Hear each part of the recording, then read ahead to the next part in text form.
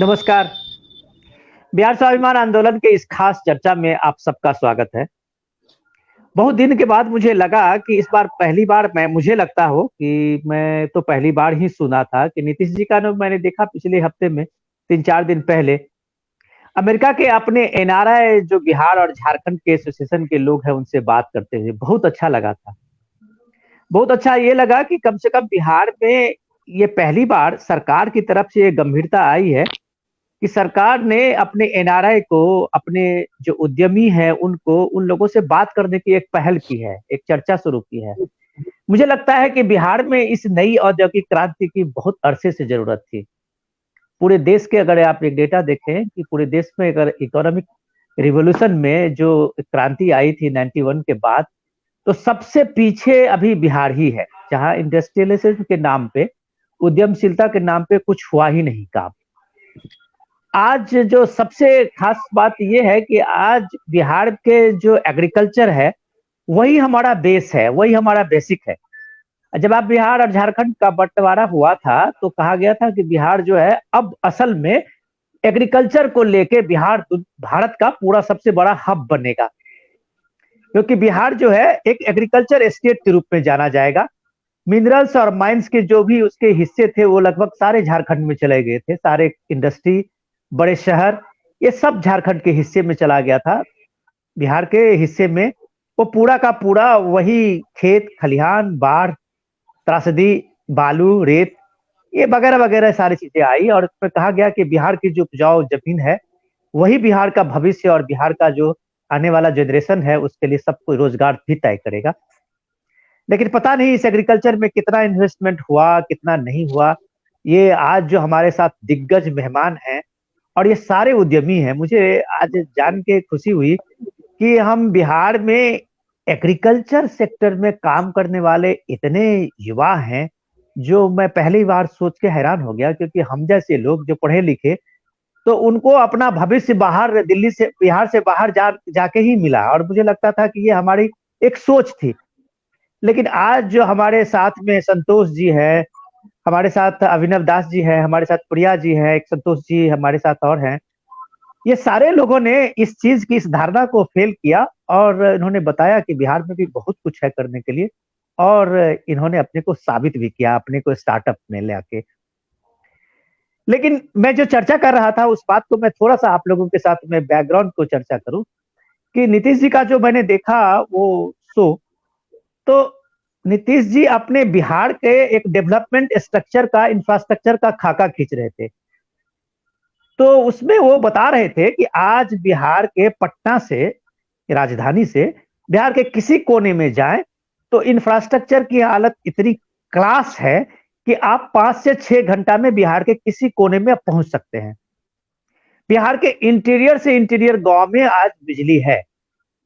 अगर नीतीश जी का 7 निश्चय को बात करें तो ये उनका दावा है कि ये जो 7 निश्चय 2 में उनको हर घर जो नल का जल है ये भी लगभग पूरा होने वाला है। इट मीन्स कि बिहार ने अपने उस इंफ्रास्ट्रक्चर के मुकाम को हासिल कर लिया है जहां वो अपने को एक उद्यमी या उद्यमशीलता को अपना पैमाना बनाने के लिए अपने को खाके में फिट बैठता है। तो मेरा सवाल आज अपने उद्यमी से, बिहार के उद्यमियों को परिचय कराते हुए मेरा सवाल इन सारे उद्यमियों को, ये मेरा पहला सवाल यही होगा कि जब ये इन्होंने अपने को बिहार में अपने स्टार्टअप से को लेके साबित करने की कोशिश की, तो क्या ये सारा इंफ्रास्ट्रक्चर जो बिहार का बना है वो किस तरह से उन्हें सपोर्ट किया और उनका जो एक्सपीरियंस है बिहार में काम करने का और अपने को साबित करने का, वो किस तरह का रहा है। तो हम सबसे पहले प्रिया जी से अपना रूबरू कराते हैं, अपने सारे अपने मित्र बंधुओं को और दर्शकों को, कि प्रिया जी ने अभी जो महिला उद्यमी का मेला लगा हुआ है पटना में, तो मैंने पढ़ा है कि इन्होंने इस बार इनको प्रथम पुरस्कार भी मिला है। तो प्रिया जी ने, आपने क्या साबित किया अपने को इस उद्यमशीलता में, ये हम पहले हमें बताइए और उसके बाद आपके संघर्ष की कहानी सुने। बिल्कुल। नमस्कार सर, सबको मेरा नमस्कार। देखिए, अगर मैं पहली बार बिहार के किसी आयोजित मेला में गई थी, इसके पहले मैंने किसी भी में एप्लीट नहीं किया था। बिहार की जो महिला उद्योग समिति और WTO की तरफ जो संगठित किया गया था, जो मेला जिसका आयोजन किया गया था, वो बहुत ही उच्च आयोजन था। वहाँ पे जो फ्रूट फॉल्स थे, वहाँ पे जो लोग आने वाले थे, और वहाँ पे जो महिलाएं थी जो दूर दूर के गांवों से आके और अपना स्टॉल लगा के अपने जो निजी हमारी जरूरत की सामान है जो हम डेली यूज में यूज करते हैं, उसको वो बेचने दूर दूर के गांवों से आई थी, और उनको एक अच्छा प्लेटफॉर्म मिला था जहाँ पे वो अपने प्रोडक्ट को शोकेस कर रही और बेच रही थी। मैं भी वहाँ पे अपने प्रोडक्ट को शोकेस करने के लिए ही गई थी। वहां पे जाके मुझे ये देख के बहुत अच्छा लगा, वहां पे महिलाओं को लेके एक पहल की गई थी महिला आयोग संघ की ओर से। उन्होंने एक मेला आयोजित किया था महिलाओं के लिए, जिसमें महिलाएं आके अपने प्रोडक्ट का शोकेस कर रही थी और उनको बेच रही थी। वहां पे अगर मैं एक्सपीरियंस की बात करूं तो मेरा एक्सपीरियंस बहुत ही अच्छा रहा। वहां बहुत अच्छे अच्छे लोगों से मेरी मुलाकात हुई, बहुत ऐसे लोग आए जो हमारे स्टार्टअप के बारे में जानते हैं, बहुत ऐसे लोग आए जो हमारे प्रोडक्ट के बारे में जानते हैं, और हमारे प्रोडक्ट को उन लोगों ने ऑब्टेन किया। और वहां पे अगर सहयोग की बात करूं तो महिला आयोग संघ से मुझे बहुत अच्छा सहयोग मिला वहां पे अपना रिप्रेजेंटेशन देने के लिए।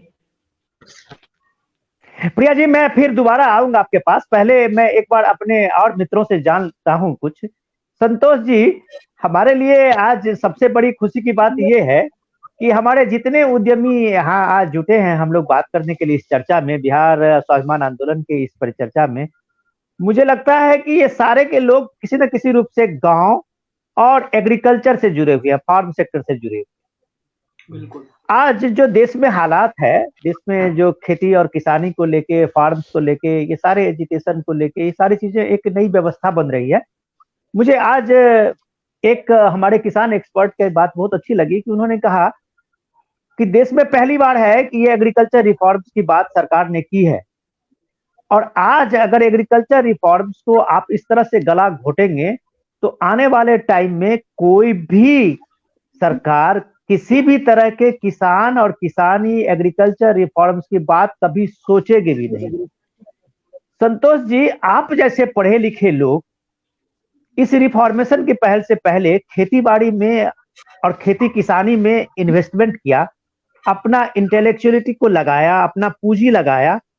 आपको कैसे लगा कि बिहार में इसकी जरूरत है, और बिहार में अगर एम्प्लॉयमेंट का अगर आपको रिसोर्सेज बढ़ाना है तो इसमें स्टार्टअप को आना पड़ेगा एग्रीकल्चर के फील्ड में? देखिए विनोद जी, जैसा कि आपने बताया कि जब बिहार का बंटवारा ही हुआ था उसी समय बिहार में ये बात बिल्कुल सब लोग अवगत हैं कि चली थी कि हमारे पास दो ही स्ट्रेंथ होगा, एग्रीकल्चर एंड एजुकेशन। बिहार दो ही चीज से जाना जाएगा, और दोनों ही क्षेत्रों में बहुत ही मध्यम गति से काम हुआ, एग्रीकल्चर में भी और शिक्षा में भी। क्योंकि आज तक भी जब हमारे बिहार के बच्चे को कोटा, विशाखापट्टनम और बेंगलोर जाना पड़ रहा है शिक्षा के लिए, जबकि हमारे ही टीचर उन सारे जगहों पर कार्यरत हैं। बहुत अच्छा। तो सबसे पहले बात ये थी, और उस समय हम लोगों ने पत्र के माध्यम से मुख्यमंत्री जी को अवगत भी कराया था।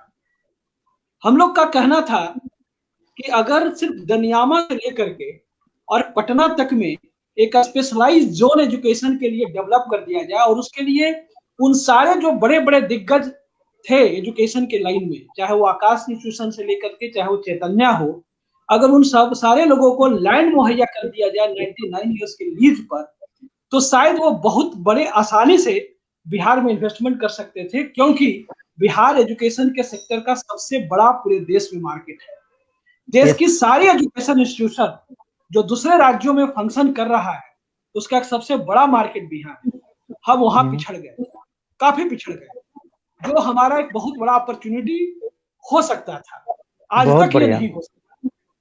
तो बिहार की सारी समस्याओं में एक सबसे बड़ी समस्या हमारा जो मानना होता है कि यहाँ लैंड बैंक नहीं है। वो चाहे एग्रीकल्चर में सेक्टर में आइए, क्योंकि एग्रीकल्चर में पूरा बिहार में अभी तक चकबंदी नहीं है। हम जब भी, मैं आपको बता दूं, मैं आईटी सेक्टर से रहा, कंप्यूटर एजुकेशन में बड़ा काम किया हुआ राष्ट्रीय कंप्यूटर साक्षरता मिशन के चेयरमैन भी है। 1995 में विशाखापट्टनम में हमने इसकी नींव रखी थी और लगभग 10 लाख से ऊपर लोगों को कंप्यूटर साक्षरता देने का काम किया है। देश के कश्मीर से कन्याकुमारी तक कोई भी ऐसा जिला और ब्लॉक नहीं रहा हो जहां राष्ट्रीय कंप्यूटर साक्षरता मिशन का फ्रेंचाइजी नेटवर्क नहीं फंक्शन किया, वो भी कम शुल्क।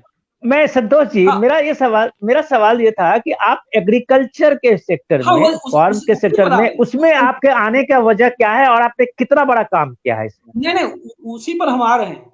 मैं बताना ये चाहता हूं कि उसके बावजूद भी, आईटी सेक्टर में रहने के बावजूद भी, कभी भी, दूसरा मेरा एक बहुत अच्छा परिचय के तौर पर यह है कि मैं बिहार की उस धरती से हूं जहां बिहार के प्रथम मुख्यमंत्री श्री बाबू का जन्म हुआ था, खनवा।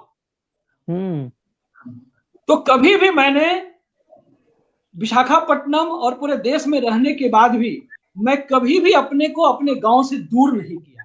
मैं बराबर रहा और गांव में हमेशा गतिविधियां, विकास की गतिविधियां को चलाते रहा।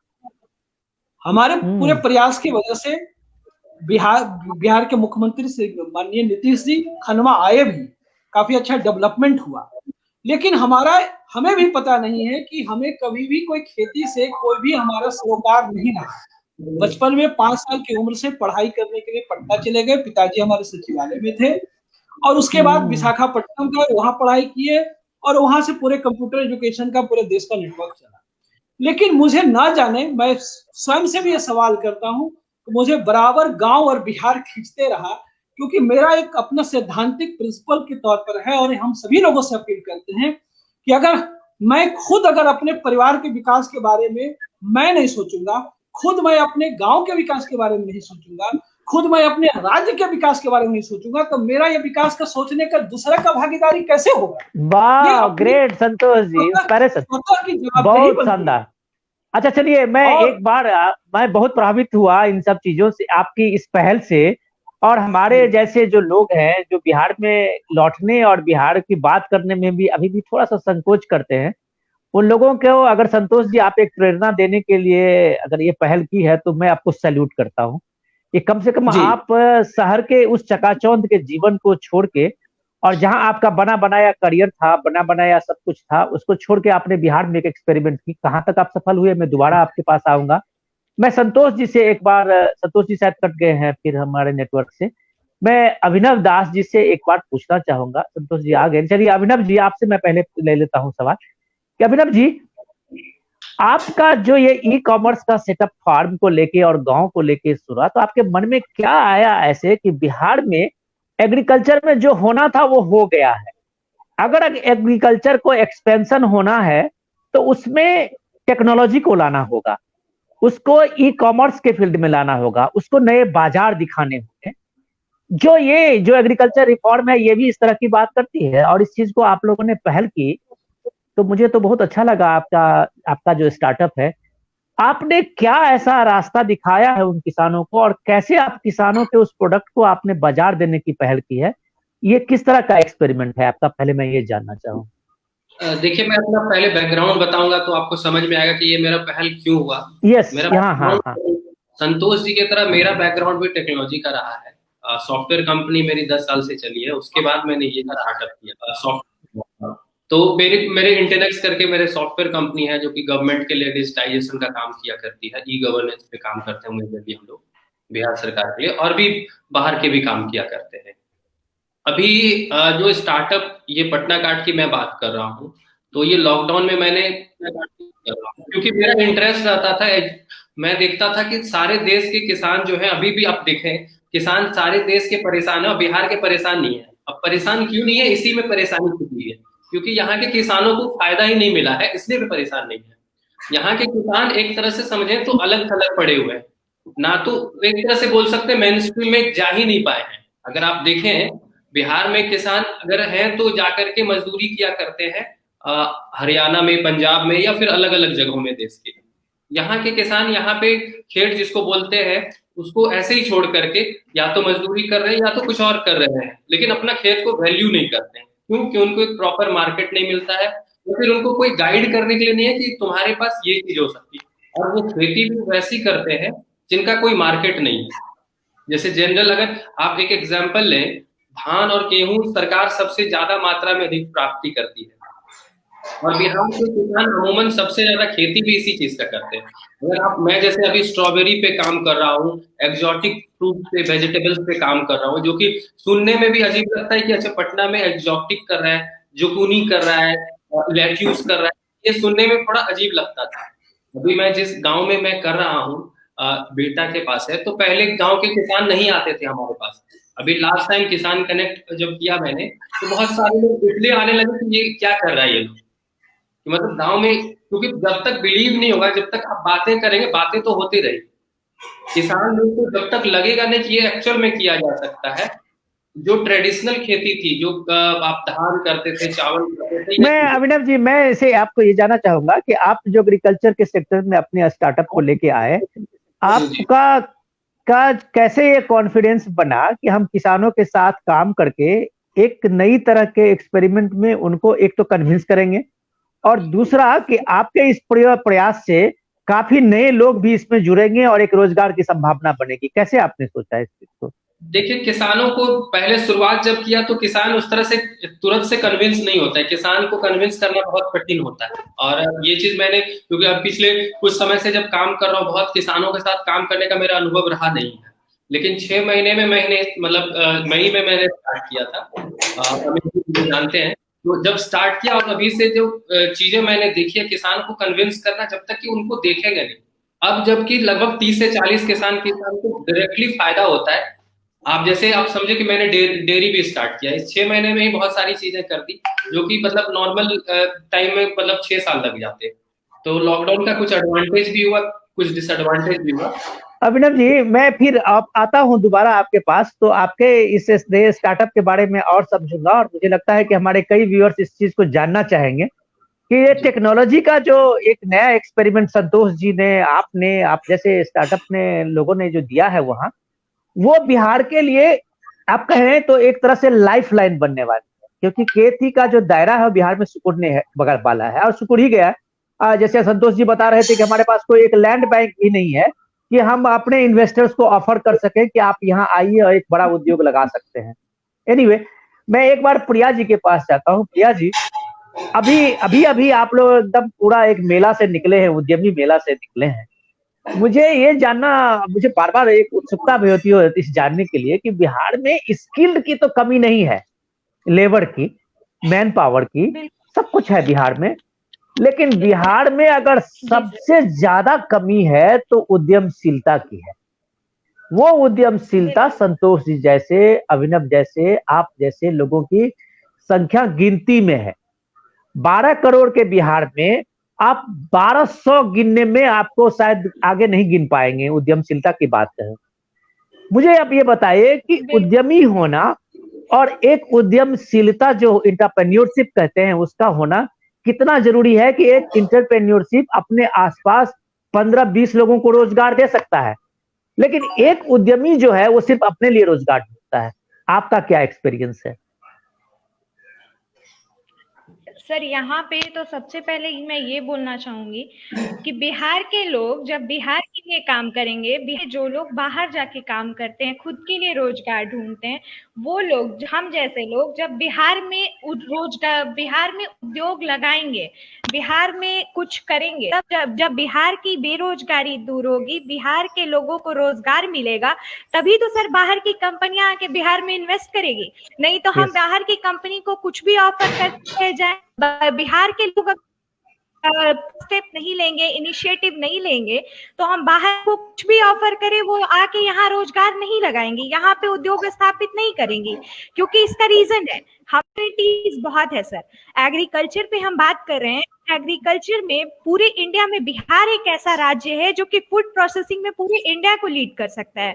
हमारे पास अपॉर्चुनिटीज बहुत है, हमें गवर्नमेंट ने भी अपॉर्चुनिटीज दी हुई है।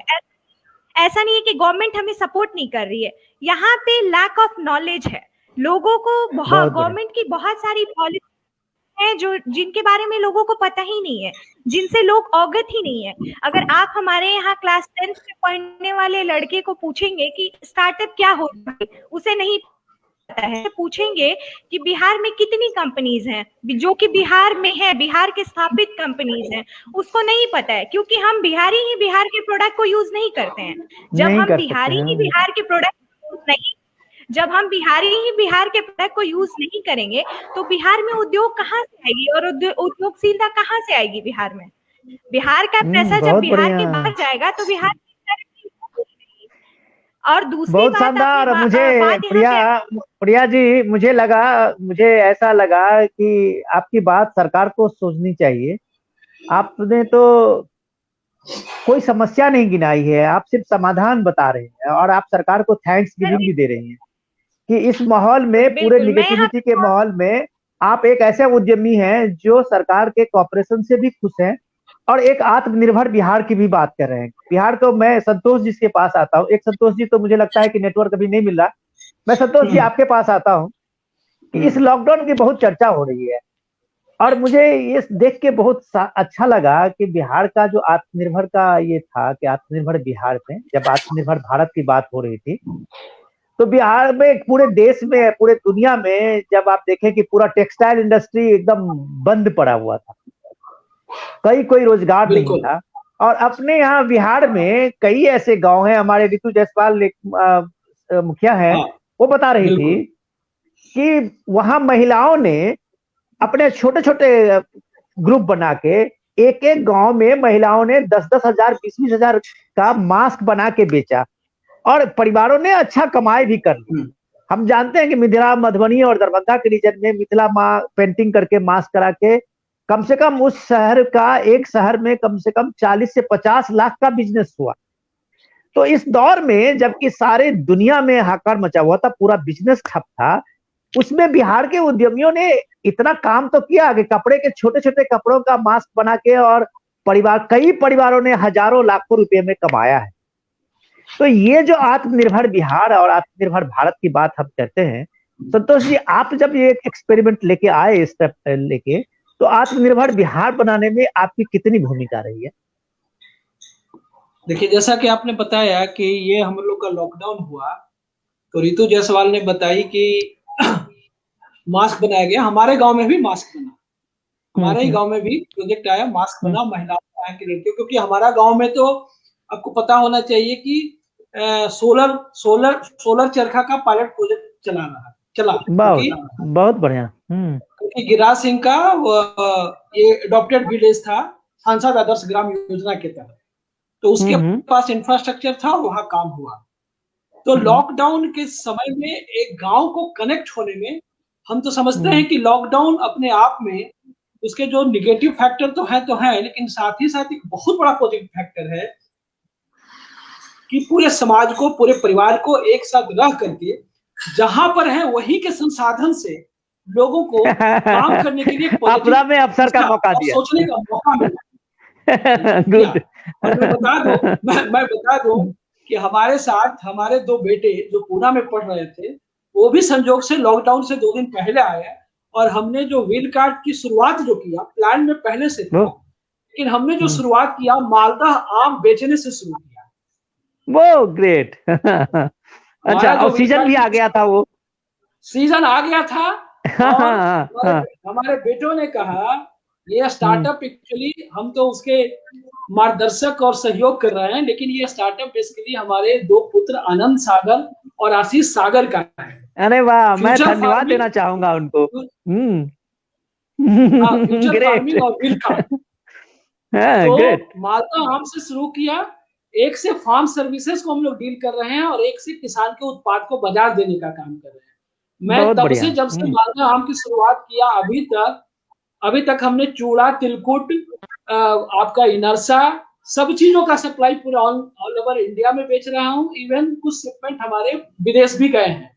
ठेकुआ भी बिहार का ठेकुआ भी हम लोगों ने बिहार का बेचा। और मतलब ये है कि एक स्टार्टअप, संतोष जी, मैं अगर कहूँ नटसेल में कि एक स्टार्टअप की आप कोशिश दें, आपके कई घरों में, आपको तो मैं सबसे पहले आपके दोनों बच्चों को सैल्यूट करना चाहूंगा कि एक तो बिहार से बाहर रह के भी उनके मन में इस लॉकडाउन में एक चीजें तो आई कि बिहार की ये चीजें, बिहार का एक कल्चर है, बिहार की एक आत्मा है, जब आप बिहार के ठेकुआ की बात करते हैं तो आप ये जान लीजिए कि अगर आप ठेकुआ बिहार के इस कार्ड से अपने स्टार्टअप से अगर आप मुंबई में रहने वाले लोग या फॉरेन में रहने वाले लोगों को भेजते हैं तो कहीं ना कहीं से अपने बिहार की मिठास उनके पास पहुंचती है और बिहार वो लौट आते हैं। तो आपके दोनों बच्चों का ये आइडिया जो है, मुझे लगता है कि ये बिहार की बड़ी कहानी होनी चाहिए कि बिहार के लाखों बच्चे हैं ऐसे जो, अब आपको मैं बताऊं कि दुनिया में ऐसे बड़ी बड़ी इंडस्ट्री है और बड़े बड़े ऐसे उद्योग हैं जिनके जो टॉप मैनेजमेंट है वो बिहार के बच्चे हैं, बिहार के लोग। मोटोरोला कंपनी के संजय झा सबसे बड़ा सैलरी होल्डर जो है वो बिहार के ही लोग। तो बिहार के उद्यमी और बिहार के मैनेजमेंट के लोग दुनिया के बड़े टॉप कंपनी को के बिजनेस को चमका रहे हैं और हमारे बच्चे जो अभी स्कूल कॉलेज में पढ़ रहे हैं वो स्टार्टअप की बात सोचते हैं और उसका एक्सपेरिमेंट संतोष जी को इस लॉकडाउन के समय में मालदा आम के लिए देता है और उसको काम भी चल पड़ता है। तो मुझे लगता है कि ऐसे बच्चों के प्रतिभा को हमारे यहाँ के मीडिया, हमारे यहाँ के चीजों को बतानी चाहिए कि इससे प्रेरणा मिलती है। और हमारा जो बिहार है वो ऐसे ही बनेगा जब तक हम अपने बिहार के इंटेलेक्चुअल हब को अपने लिए यूज नहीं करेंगे, तब तक तो पलायन ही हो रहा है। निश्चित। अभिनव दास जी से मैं पूछता हूं कि अभिनव जी, हम लोग बिहार में जब पढ़ते थे तब से ही सुनते आ रहे हैं कि बिहार में सबसे ज्यादा जो माइग्रेशन होता है वो पढ़े लिखे लोगों का पहले दौर से होता रहा है। अब तो लेबर भी जा रहे हैं, बाकी सारे लोग जा रहे हैं जहां काम नहीं मिलता है, क्योंकि अपने यहाँ काम का सीजन बहुत कम होता है। आप ये मुझे बताइए कि आपने जब ये एक्सपेरिमेंट शुरू किया तो गांव के किसान के ऐसे किस प्रोडक्ट को आपने उठाया है, जैसे कि अभी कहा जाता है सरकारी योजनाओं में कि किसान का आमदनी दुगना होगा, तो बिहार में ऐसा स्कोप तो है नहीं, किसान तो किसानी छोड़ चुके हैं, सब बटेदारी में आ चुके हैं, जो कॉन्ट्रैक्ट फार्मिंग आप कहते हैं। तो ऐसा आपके इस नए स्टार्टअप से किसानों का आमदनी कैसे दोगुना होने वाला है और कैसे इसमें किसानों को आप एक नई उम्मीदें जगा रहे हैं अपने काम से? देखिए, मेरा जो ये पूरा स्टार्टअप का मॉडल ही है किसान को मतलब जॉब से रिलेटेड, मतलब वो मेन स्ट्रीम में लाने तक। जैसे मैंने पहले स्टेज में किया था तो दूध से लेकर के किया था, क्योंकि दूध बहुत रेडिली अवेलेबल होता है, बहुत मेहनत नहीं करना होता है। गांव में दूध बहुत प्रचुर मात्रा में होता है जो कि शहर आता है।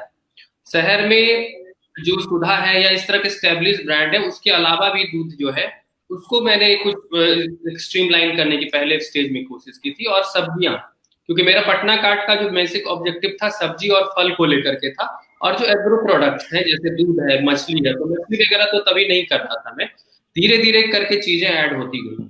और पहले स्टेज में मैंने कुछ ऐसी प्रोडक्ट्स को भी, जैसे सब्जियां हैं तो सब्जियां तो ऐसी भी अवेलेबल पटना में भी होती थी, तो गांव से ला करके आना बहुत स्मार्ट तरीका नहीं था। तो गांव वालों को ये कन्विंस करना कि आप थोड़ा अलग कुछ करो, जो पटना में शहर में मिल रहा है, अगर मैं पटना मेन टाउन से लेकर के अगर बिहटा से सब्जी क्यों लाऊं, तो आप कुछ ऐसा प्रोडक्ट प्रोड्यूस करो जैसे कि प्रिया जी कर रही हैं। प्रिया जी कुछ ऐसा कर रही हैं, अलग कर रही हैं इस सेंस में कि वहां आप जिसको लेमन ग्रास बोलते हैं, लेमन ग्रास, तो लेमन ग्रास हर नहीं करते। जब तक कि आप कुछ इनोवेटिव या कुछ अलग नहीं करेंगे किसान, तो किसान का आमदनी दुगना नहीं हो सकता है। जनरल जो ट्रेडिशनल जो क्रॉप्स है वो लगाएंगे, तब तक वो मतलब मेन स्ट्रीम में जैसे प्रॉब्लम में है वो प्रॉब्लम में ही रहेंगे। तो उनके लिए कुछ ऐसी आइडियाज को भी मैंने बताया कि ये चीजें करें आप। धीरे धीरे करके उन्होंने उस तरह की कुछ सब्जियां जो कि रिक्वायरमेंट होती थी, जिसको एक्सोटिक बोलते हैं, जो बाहर से हम लोग मंगाते थे, तो पहले फर्स्ट स्टेज में ऐसा किया कि खुद कुछ स्पेस में लगभग 5 बीघे में मैंने पटना में जो वहाँ किया। अच्छा, ये मुझे बताइए कि अभिनव जी, आपने कितने लोगों को जोड़ा है अपने इस अभियान में जी? कितने परिवार जो है जिसको डायरेक्ट फायदा पहुंचा रहे हैं? अभी लगभग 5000 लोग जुड़ गए हैं, 5 से 6000 के करीब। Oh great, very good. Abhinav ji, मैं जो ये नंबर्स आपका सुना तो मुझे लगा कि अगर ऐसे हर जिले में भी 2-4 लोग इस तरह के काम करने मिल जाए तो बिहार का जीडीपी, तो मुझे लगता है कि मैं वही कहने वाला था कि अगर आपके तरह उद्यमी हर जिले में भी 1-2 हो जाए तो मुझे लगता है कि बिहार के जीडीपी जो अभी तक मनी ऑर्डर इकोनॉमी पे फिक्स है, वो ऑलमोस्ट बिहार की अपनी इकोनॉमी होगी। लेकिन मैं प्रिया जी से मुझे उत्सुकता है अपने उनके प्रोडक्ट को जानने का कि प्रिया जी, आप मुझे बताइए कि बिहार के बारे में जो एक इकोनॉमिक डेटा है तो उसके में ये है कि बिहार में महिलाएं जो है, और स्टेट के अलावा बिहार और उड़ीसा भी आप कह सकते हैं, कुछ और स्टेट है जहां महिलाएं मेन स्ट्रीम में वर्किंग लेडीज के तौर पे उनका बहुत कम ही परसेंटेज है काम करने का। बहुत सारी महिलाएं जो है हाउस टेकिंग से लेके और अपने छोटे मोटे खेती किसानी में काम करती हैं। बाकी महिलाओं के उद्यमी में बिहार में बहुत लिस्ट पोजीशन है, पढ़ी लिखी भी महिलाओं की मैं बता रहा हूँ। आपने कैसे, आपको ये प्रेरणा मिली कि बिहार में आपने एक समय, अभी आजीविका और कई योजनाएं ऐसे हैं नीतीश जी के समय में, मुझे ये जानकारी हुई, इलेक्शन के समय में हम लोग जाते थे तो कई गांव में महिलाएं एक्टिव हुई थी, कोऑपरेटिव कुछ काम आजीविका की और कुछ सब काम करती थी अपने ग्रुप बना के, वो सब एक अपनी जगह है। लेकिन आप जैसी पढ़ी लिखी महिलाएं, इसमें कैसे आपने सोचा कि आप अपना एक स्टार्टअप बना के आप कई महिलाओं को भी इस फील्ड में अपने साथ जोड़ सकती हैं? और सबसे बड़ी बात यह है कि आप एग्रीकल्चर फील्ड को स्टार्टअप चुना है, ये इंस्पिरेशन कैसे मिला और आपने कैसे इस फील्ड को अपने लिए बनाया और कई महिलाओं को आपने जॉब दिया?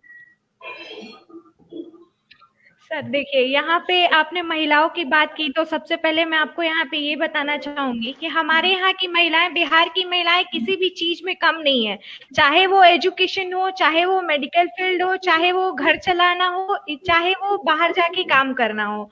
यहाँ पे बस कमी है तो थोड़ी सी इच्छा शक्ति की कमी है जो कि हमारे यहाँ की महिलाओं में है, थोड़ा सा सेल्फ डिपेंडेंट होने की कमी है जो कि हमारे यहाँ की महिलाएं सोचती हैं उस बारे में। हमारे यहाँ की महिलाएं भी सेल्फ डिपेंडेंट है। जब मैं अभी बिहार उद्योग मेला में गई थी, वहां पे मैंने देखा कि वहां पे सिर्फ महिलाओं ने स्टॉल लगा रखा है। वहां पे बहुत सी महिलाएं आई थी जो जीविका से जुड़ी हुई है, महिलाओं ने ग्रुप बनाया है, कुछ अपना प्रोडक्ट बनाया है, मिथिला पेंटिंग की है, बड़ी बनाई है, खुद का हैंडीक्राफ्ट का काम किया हुआ है। महिला बिहार उद्योग संघ से जुड़ी हुई हैं महिलाएं जो कि ये काम करती हैं। महिला बिहार उद्योग संघ की जो डायरेक्टर हैं उषा झा मैम, वो महिलाओं को हेल्प करती हैं ये सब करने में। तो सर हमारे यहाँ की महिलाओं में कमी किसी चीज की नहीं है, बस कमी है थोड़ी सी निर्भर होने की और थोड़ी सी इच्छा शक्ति की। अगर आप मेरी बात करें तो मैं एमबीए की हूँ, मैं एमबीए ग्रेजुएट हूँ सर। एमबीए के दौरान ही मुझे एक प्रोजेक्ट मिला था जिस प्रोजेक्ट में मैंने एग्रीकल्चर ही चूज किया था। क्योंकि मुझे पता था, जैसे कि मैं आपको पहले भी बता चुकी हूँ कि एग्रीकल्चर में की बात करें हम तो बिहार जो है वो पूरे इंडिया को लीड कर सकता है। तो उस टाइम मैंने एग्रीकल्चर को अपना सब्जेक्ट चुना था। एग्रीकल्चर को चुनने के बाद मुझे बहुत सारी बातें पता चली सर। हम किसानों की किसान हमारे यहाँ कौन है? हमारे यहाँ जिसकी जमीन होती है वो किसान नहीं होता है सर। हमारे यहाँ किसान जो वर्कर्स होते हैं, जो लेबर, वो हमारे यहाँ किसानी करते हैं। जिनकी जमीन होती है वो बैंगलोर में, मुंबई में, दिल्ली में होते हैं। और जब गवर्नमेंट किसी भी सब्सिडी का पैसा भेजता है तो वो डायरेक्ट किसान को नहीं मिलता है, वो जमीन के मालिक के अकाउंट में जाता है। यस। और मैं प्रिया, मैं आपकी संवेदना को, मैं ये हर जगह की बात है और मैं यही चीज मैं कह रहा था कि जो कोऑपरेटिव फार्मिंग की बात हो रही है ना, मैं वही कह रहा था कि जो चीजें आपने एक्सपेरिमेंट की और आप लोगों ने बताया है कि बिहार में अभी भी एग्रीकल्चर को हब बनाया जा सकता है। मैं यही सवाल संतोष जी को पूछ रहा हूँ कि संतोष जी, आपने बहुत दुनिया देखी है और आपने कई जगह को आपने देखा है, उन सारे चीजों को, बिजनेस को और कारोबार को। ये बिहार की मैं बता रहा हूँ कि जिस समय में हम लोग इलेक्शन में, अभी पिछले ही इलेक्शन में जब गए थे तो कई ऐसे अपने जिले हैं जो अभी जैसे शिवराज सिंह चला रहे हैं, हर जिले का वन डिस्ट्रिक्ट वन प्रोडक्ट के नाम से वो स्कीम है कि हर जिले का अपना उत्पाद है और उस उत्पाद को लेके उसकी मार्केटिंग सरकार कर रही है। वहां पे सरकार जो है उसको जीआई टैग भी दे रही है कि हर जिले में, मान लीजिए किसी जिले में कुछ प्रोडक्ट है, किसी जिले में मखाना है, किसी जिले में पान है, किसी जिले में कई तरह की चीजें हैं। आप तो स्ट्रॉबेरी भी उपजा रहे हैं दास जी। बिल्कुल। तो हर जिले का एक अपना उत्पाद है और हर जिले के उत्पाद को मार्केटिंग किया जा सकता है। अभी बिहार भारत सरकार ने कश्मीर में ही कम से कम 4-5 प्रोडक्ट को जीआई टैग दिला है और सारा लोकल प्रोडक्ट है और सबको जीआई टैग मिला है। बिहार में ऐसे कम ही प्रोडक्ट है जिसको जीआई टैग मिला हो। मुझे ज्यादा इसके बारे में इंफॉर्मेशन नहीं है, लेकिन मैं आपसे पूछना चाह रहा था संतोष जी कि बिहार पुश्तैनी रूप से अगर आप देखें तो चावल के रूप में बिहार के कई जिले मशहूर है। जहाँ चावल के बड़े बड़े इंडस्ट्री हुआ करती थी, चावल मिलें हुआ करती थी, बहुत सारी चीजें होती थी। बिहार का चावल जो है पश्चिम बंगाल से लेते हुए बांग्लादेश तक जाता था। बिल्कुल। आज आप बिहार पंजाब का चावल खाते हैं, हरियाणा का चावल खाते हैं।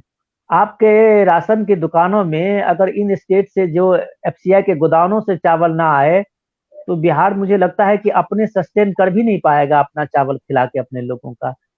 ये एग्रीकल्चर की हालत कैसे हो गई संतोष जी? देखिए, कहीं ना कहीं लापरवाही तो पीछे हुई है, जिसको हम लोग कहते हैं 15 साल की सरकार को जिम्मेवार तो मानना ही पड़ेगा, क्योंकि सरकार की एक प्राथमिक जवाबदेही बनती है जो किसी भी व्यवस्था को स्मूथ करना। जब तक व्यवस्था स्मूथ नहीं होगा, ऑपरेटिव नहीं होगा, लोगों का जिज्ञासा और झुकाव काम करने के लिए नहीं होगा। हम खुद भी लगातार कितने वर्षों से काम कर रहे हैं गांव को लेकर के। mymodelvillage.com हमारा एक पहला इनिशिएटिव भी रहा था, जिसमें गांव को कैसे विकसित किया जाए। तो आप जैसे बोले कि औरंगाबाद जिले को कहा जाता है धान का कटोरा है। आज कई जगह है। हाँ, ऐसे बहुत जगह है, ठीक है कि नहीं? तो अब तो देखिए, मेरा ये कहना है कि इस कार्यक्रम में हम सारे लोग और पूरे बिहार वासियों का, मैं भी, जो भी माननीय मुख्यमंत्री जी ने एनआरआई से जुड़े थे, तो मैं उस कार्यक्रम को देख करके मैं बता नहीं सकता हूं कि मैं पहली बार बिहार के मुख्यमंत्री के प्रति इतना पॉजिटिव सोच लाया कि खुश हो गए, क्योंकि हमारे प्रधानमंत्री और हमारे मुख्यमंत्री जो मुखिया हैं, उनको पहचान करने की जरूरत है कि हमारे बिहार के कितने लाल हैं जो देश और विदेश तक में अच्छे तरीके से काम कर रहे हैं। जब तक उनके शक्ति को समाहित नहीं की जाएगी, हम बिहार का विकास या किसी भी प्रदेश का विकास नहीं कर सकते सर। यह हमारा अपना ओपिनियन है। बराबर, तो बिल्कुल। इसके लिए, क्योंकि एक छोटी सी मैं इसमें एग्जाम्पल के तौर पर बताता हूं, हम लोग पढ़े हैं इतिहास में कि अकबर बहुत ही वो मेरे राजा नहीं थे, लेकिन अकबर के दरबार में 9 रत्न थे। हम अपने मित्रों के साथ बराबर ये बात को करते रहते हैं, जिस भी शासन प्रशासन या व्यवस्था में 9 रत्नों की कद्र नहीं होगी, तो क्योंकि वो जो काम करने वाले लोग होते हैं, जो लोग काम करने वाले लोग होते हैं, वो स्वाभिमानी होते हैं। वो दफ्तरों का चक्कर नहीं काट सकते, वो किसी की दलाली नहीं कर सकते हैं, क्योंकि उनके पास अपना स्वाभिमान होता है। तो 9 रत्नों की पहचान करना सरकार और प्रशासन की प्रमुख जवाबदेही होनी चाहिए। जिस दिन सरकार और प्रशासन या व्यवस्था, किसी भी व्यवस्था, यह पहचानने लगेगी, तो विकास स्वतः जो है सो विकास की गंगा उस प्रदेश में बहना शुरू कर देगी। इसलिए बहुत बढ़िया। मैं संतोष जी, बहुत अच्छा लगा मुझे ये बात कि हमारे जो पॉलिसी मेकर्स हैं, जो 15 साल से बिहार को आगे बढ़ाने के लिए बहुत लंबे दौर से प्रयास कर रहे हैं। बिहार में ऐसा नहीं है कि डेवलपमेंट में नहीं हुआ। नीतीश जी ने चाहा तो बिहार में इंफ्रास्ट्रक्चर के मामले में बिहार बहुत काम किया है। बिहार में रोड कनेक्टिविटी के रूप में बिहार ने बहुत काम किया है। बिहार जो आप कह सकते हैं कि हमारा 5,000 का जो मेगावाट बिजली की कैपेसिटी थी, आज हमने कई हजार मेगावाट पावर का अपना कैपेसिटी बनाया है। तो इस सब मामले में सब कुछ होते हुए भी आखिर लैगिंग कहाँ है? हम इसको पीछे क्यों हो? मैं यही बार बार तो कह रहा हूं कि उद्यमी और उद्यमशीलता की बात जब आती है, तो उद्यमी और उद्यमशीलता में आप देखते हैं कि सबसे हमारे पास उद्यमियों की कमी नहीं है, लेकिन जो ट्रेनिंग उद्यमशीलता के लिए होनी चाहिए, इस ट्रेनिंग में बिहार में बहुत ज्यादा कमी है।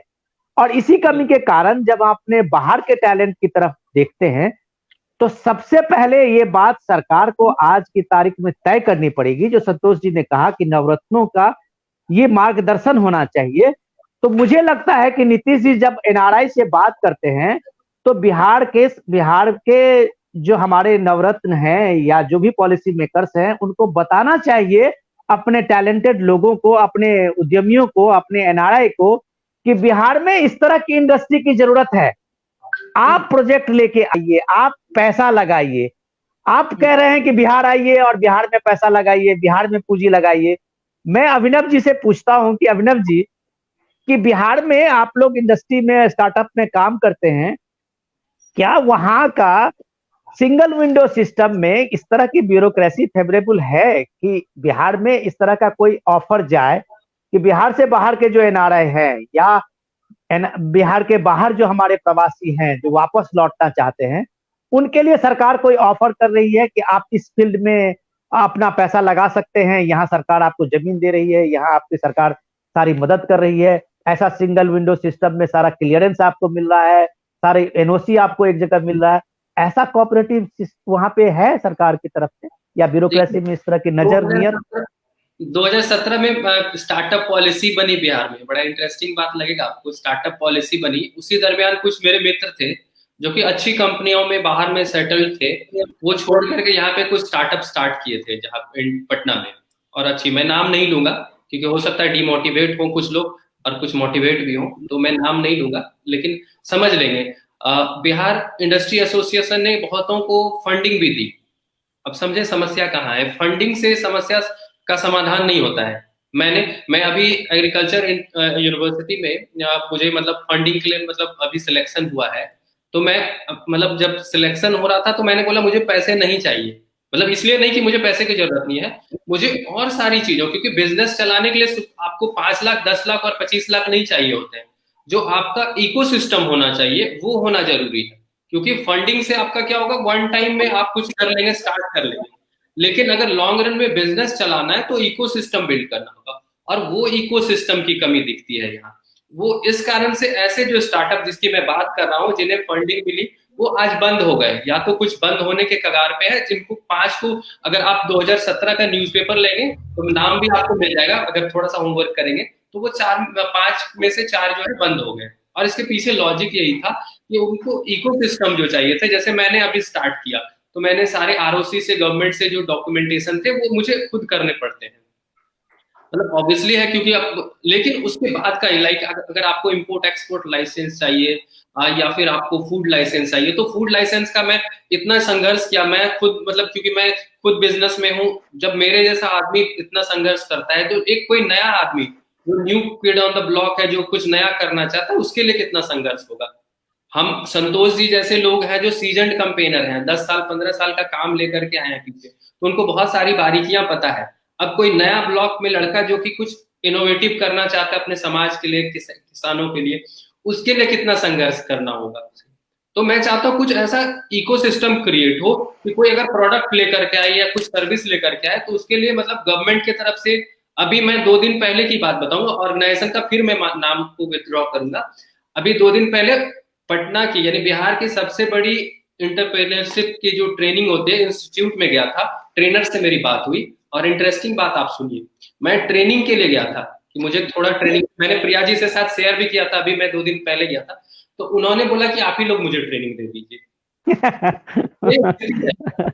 क्योंकि उनका बोला कि कोलैप्स कर गया सिस्टम, आप समझे। उनका कहना यही था, और मैं ऑन रिकॉर्ड ये बोल रहा हूँ कि उनका कहना था कि पूरा जो ट्रेनिंग का सिस्टम है वो कोलैप्स कर गया। तो एंटरप्रेन्योरियल ट्रेनिंग का जो एक मेजर इंस्टीट्यूट की मैं बात कर रहा हूँ, छोटी इंस्टीट्यूट की बात नहीं कर रहा हूँ, उनका सिस्टम कोलैप्स कर चुका है। तो आप समझे कि कहाँ समस्या है। आप अगर कोई एंटरप्रेन्योर, बहुत बढ़िया, मुझे अभिनव जी आपसे बहुत कुछ समझने का मुझे ये आपने बताया है कि रास्ता कि सरकारों को या सरकार में सिस्टम में जो पॉलिसी मेकर हैं, जिसको संतोष जी ने नवरत्न कहा है, इन नवरत्नों को समझना चाहिए कि भाई आप सीरियस होइए। ये जो आपकी पॉलिसी रही है, ये देश में आप देखें कि कंपटीशन के रूप में आप देखें कि पूरे के पूरे साउथ इंडियन स्टेट्स में जो कंपटीशन है इकोनॉमिक डेवलपमेंट के लिए, सेज के लिए, स्पेशल इकोनॉमिक जोन के लिए या स्टार्टअप के लिए, आप सारी चीजों में देखें तो पूरा साउथ का आपका एक हब बनते जा रहा है। उसके हिसाब से आपने देखा कि अभी इस दौर में यूपी ने भी काफी प्रोग्रेस की है अपने सारी चीजों में, इंडस्ट्रियल डेवलपमेंट से लेके इंफ्रास्ट्रक्चर से लेके एक रिस्पॉन्सिबल गवर्नमेंट का जो सिंगल विंडो सिस्टम उन्होंने बनाया है। तो कई अथॉरिटी जो है यूपी में, तो चलिए उनके पास काफी जमीनें हैं, तो एक तरह से उन्होंने लैंड बैंक बनाया है, काफी पूंजी भी इसमें इन्वेस्ट किया है। मैं प्रिया जी से पूछता हूं कि जो इकोसिस्टम की बात अभिनव जी कह रहे थे प्रिया, कि कंपनी खड़ा कर लेना तो इतना बड़ी बात नहीं है कि आप पूंजी जुगाड़ कर लेंगे, आप अपना जो कमाए होंगे गल्फ के कंट्री में या अमेरिकन सिटी में या कहीं भी, वो आके बिहार में आप लगा लेंगे पूंजी, आप स्टार्ट कर लेंगे। लेकिन जो बात अभिनव कह रहे थे वो बहुत शानदार कह रहे थे कि जो बिजनेस चलाने के लिए एक इकोसिस्टम की जरूरत होती है, और वो इकोसिस्टम तभी बन सकता है कि सरकार की जो नजरिया है, सरकार का जो इकोनॉमिक सिस्टम है, उसमें इंडस्ट्रियल पॉलिसी जो है वो साफ साफ एक फेवरेबल दिखता हो, कि उसमें आप उनको एक मौका दे रहे हैं और एक इन्वायरमेंट दे रहे हैं जिसमें कोई आदमी एक रिस्क लेता है। तो प्रिया, आपका तो बैकग्राउंड जितना मैं जानता हूं कि आपके घर में भी आपका सपोर्ट है, और इंटरप्रेन्योरशिप की तो कोई बिल्कुल ट्रेनिंग यहाँ मिलती नहीं है या इस तरह का कुछ बातें है नहीं, जैसे अभिनव बता रहे थे। तो आप मुझे ये बताइए कि इसमें महिलाएं, और महिलाएं जो आए, बाहर की महिलाएं आए जो विदेश में काम कर रही हैं, वो अपने गांव लौटे, अपना काम करें। तो ऐसा एग्रीकल्चर के सेक्टर में ऐसी कौन सी चीजें हैं जो आप सलाह देना चाहेंगी कि उनको इस फील्ड में अभी अपॉर्चुनिटी है और लोग काम कर सकते हैं? सर, देखिए, सबसे पहले तो आप उस टाइम बात कर रहे थे हमारे यहाँ की महिलाओं के बारे में। हमारे यहाँ की बिहार में मैं सिर्फ अकेली महिला नहीं हूँ जो एंटरप्रेन्योरशिप के फील्ड में काम कर रही हूँ। हमारे यहाँ बिहार में बहुत सारे ऐसे स्टार्टअप्स हैं जिनको महिलाओं ने स्टार्ट किया है। अगर आप लोगों को पता होगा तो हमारे यहाँ पटना का एक स्टार्टअप है ब्रांड रेडिएटर, हिमानी मिश्रा जो कि डिजिटल क्वीन कही जाती है पटना में। हमारे यहाँ का दूसरा स्टार्टअप है बिहार का रिवाइवल शूज, जिनकी ऑनर है साजिया कैशर जी। yourstory.com जो कि कितना बड़ा प्लेटफॉर्म है सबके लिए। श्रद्धा शर्मा, वो बिहार की हैं। सर ने जैसे कि चर्चा किया कि ठेकुआ हमारे यहाँ का एक ट्रेडिशनल फूड है। ठेकुआ बिहार की पुष्पा झा ठेकुआ कुकीज की नाम से एक कंपनी चला रही हैं, जो कि ना सिर्फ इंडिया के पूरे शहर सिटीज में, इंडिया के बाहर भी वो ठेकुआस को सप्लाई करती हैं। ठेकुआ कुकीज उनकी कंपनी का नाम है सर। दूसरी बात जो कि आप कर रहे हैं कि गवर्नमेंट की तरफ से हमें क्या हेल्प मिलना चाहिए। सर, गवर्नमेंट ने स्टार्टअप पॉलिसी बनाई हुई है। हमारा स्टार्टअप जो है Agri Feeder Agriculture Services Private Limited, हमारा स्टार्टअप भी 2017 स्टार्टअप पॉलिसी के अंतर्गत ही सेलेक्ट हुआ था।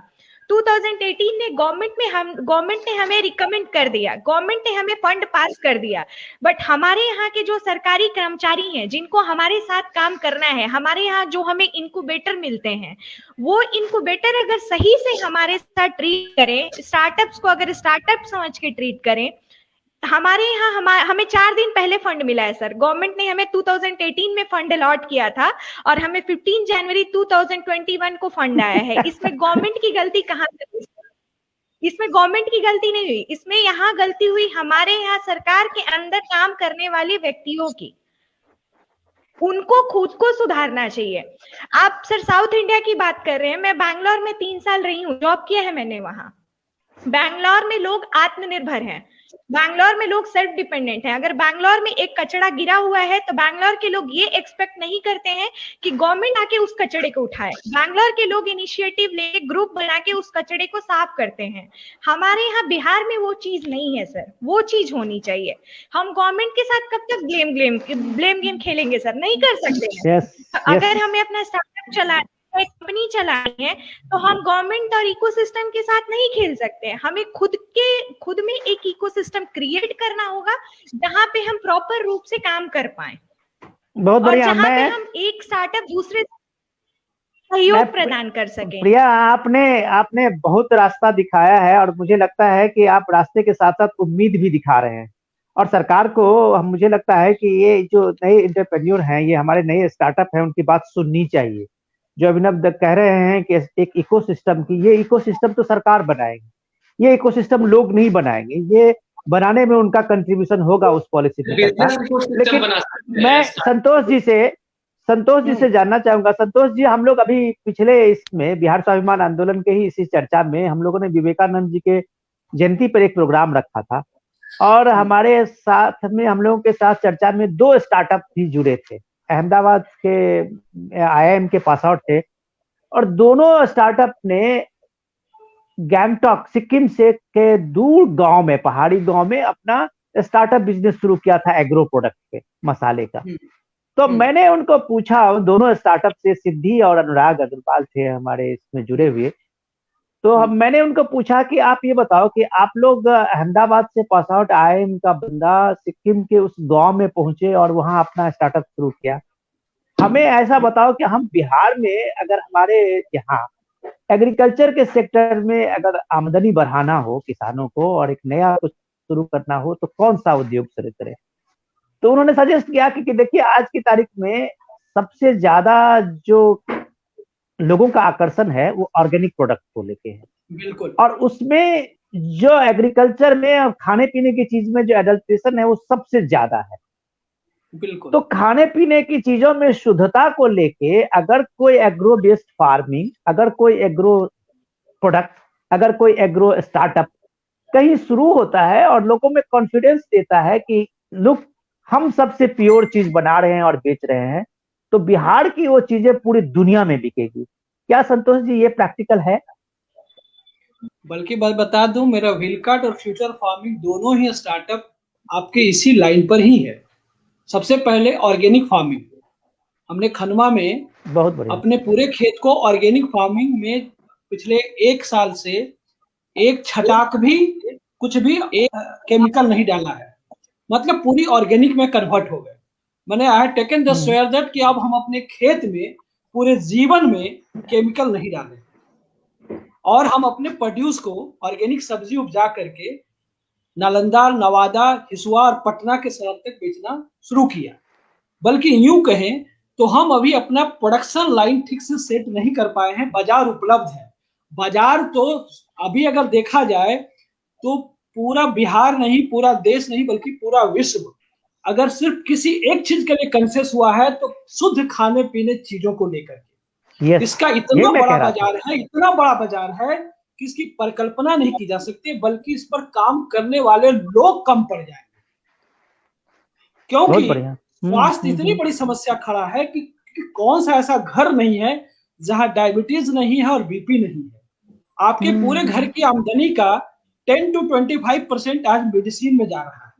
इससे ज्यादा बेटर है कि लोग जो है सो शुद्ध खाने में अपने पैसे और बजट को लगा दें। सबसे पहले मैं अपने दोनों ही आज के परिचर्चा में शामिल साथी अभिनव दास को जी को बताता है कि जिन्होंने जो इकोसिस्टम की बात की वो भी बहुत काबिल तारीफ की बात है, एकदम बिल्कुल मेरे मन की बात किया है।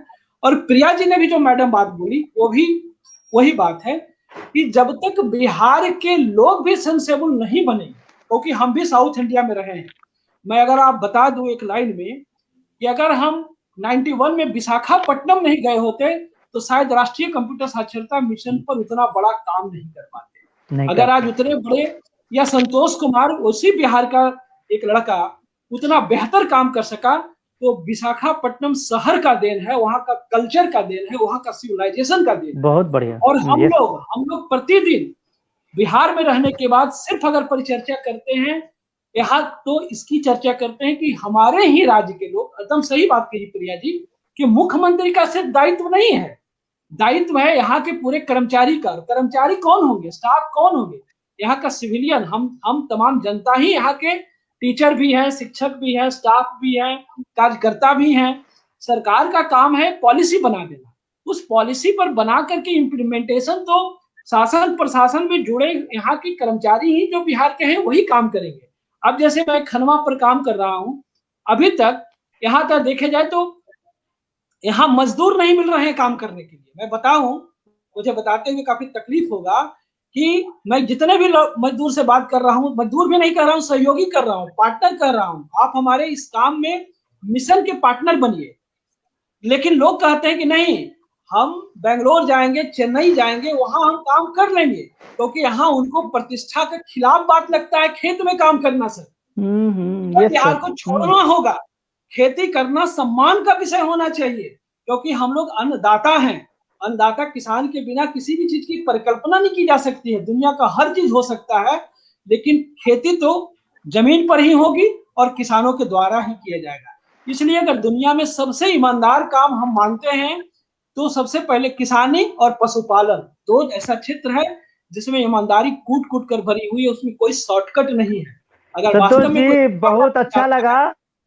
हाँ संतोष जी, बहुत अच्छा लगा आज की जो चर्चा की हम लोगों ने, और मुझे लगता है कि हम लोगों को बिहार स्वाभिमान आंदोलन को इस बात के लिए थैंक्स देना चाहिए कि इन्होंने इस चर्चा में एक तरह से जो बिहार के एक उम्मीद जगाने का काम किया है। अपने पिछले कई महीनों से इस चर्चा को करते हुए ये कोशिश की है कि बिहार के लिए नए सॉल्यूशंस आए, बिहार के लिए एक उम्मीद आए। जो बाहर लोग हैं, बिहार के बारे में जो एक निगेटिविटी है, वो परसेप्शन जो है, उस परसेप्शन को बदले।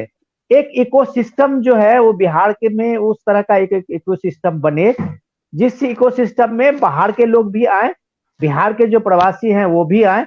और आज का जो हमारा ये चर्चा है, हम उसको विराम देना चाहेंगे, क्योंकि हम लोगों ने बहुत टाइम लिया आप सबका भी।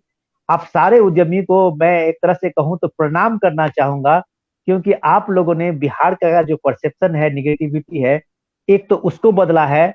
और दूसरा, जो मैं प्रिया जी को धन्यवाद देना चाहूंगा कि इन्होंने एक उम्मीद तो दिखाई है कि बिहार में सब कुछ संभव है। आप एक बार बिहार लौट के तो आओ, और बिहार आपके उद्यमशीलता को चमकाने के लिए, बनाने के लिए बिल्कुल तैयार है। और मैं आप सबका हार्दिक अभिनंदन करते हुए आपसे विदा लेता हूं। हम लोग इस चर्चा को बराबर बरकरार रखेंगे, ये आपसे मेरा पूरा पूरा वादा है कि इस चर्चा को हम लोग जारी रखेंगे। ये चर्चा होनी चाहिए। बिहार की स्टार्टअप कहानी नहीं बन रही है, यही दिक्कत है कि बिहार की पूरी निगेटिविटी जो है मीडिया में और मीडिया से बाहर हर जगह ये चर्चा होती है। जिस दिन स्टार्टअप बिहार की कहानी बनने लगेगी, मुझे लगता है कि बिहार का सबसे बड़ा इन्वेस्टमेंट है। सबको सादर प्रणाम। बहुत अच्छा ये कार्यक्रम कंडक्ट करने के लिए। Thank you sir, thank you Priya ji, thank you Abhinav ji. एकदम लगे रहिए, हमारी तरफ से सारी शुभकामनाएं, आशीर्वाद। Thank you sir. Thank you sir.